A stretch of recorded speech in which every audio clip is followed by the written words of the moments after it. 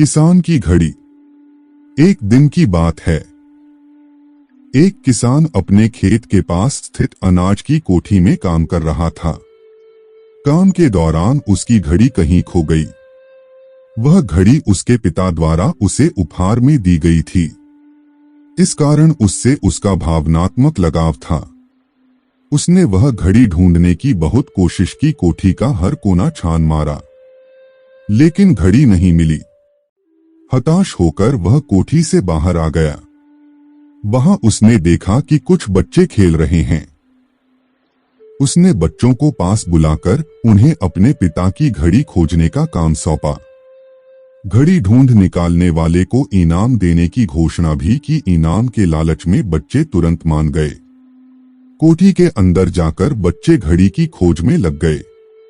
इधर उधर, यहाँ वहां, हर जगह खोजने पर भी घड़ी नहीं मिल पाई। बच्चे थक गए और उन्होंने हार मान ली। किसान ने अब घड़ी मिलने की आस खो दी। बच्चों के जाने के बाद वह कोठी में उदास बैठा था। तभी एक बच्चा वापस आया और किसान से बोला कि वह एक बार फिर से घड़ी ढूंढने की कोशिश करना चाहता था। किसान ने हामी भर दी। बच्चा कोठी के भीतर गया और कुछ ही देर में बाहर आ गया।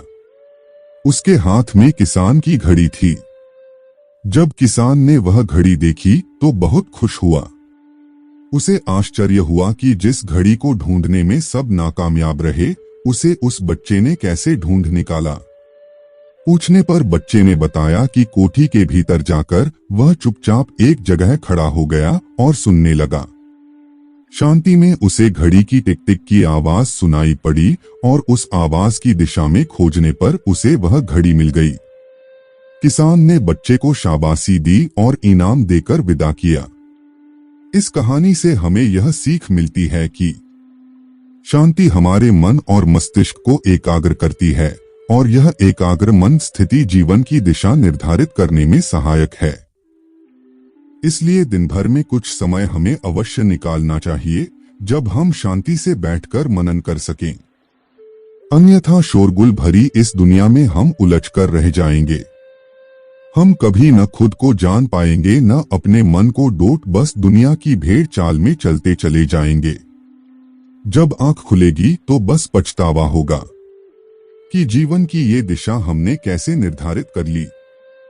हम चाहते तो कुछ और थे, जबकि वास्तव में हमने तो वही किया जो दुनिया ने कहा।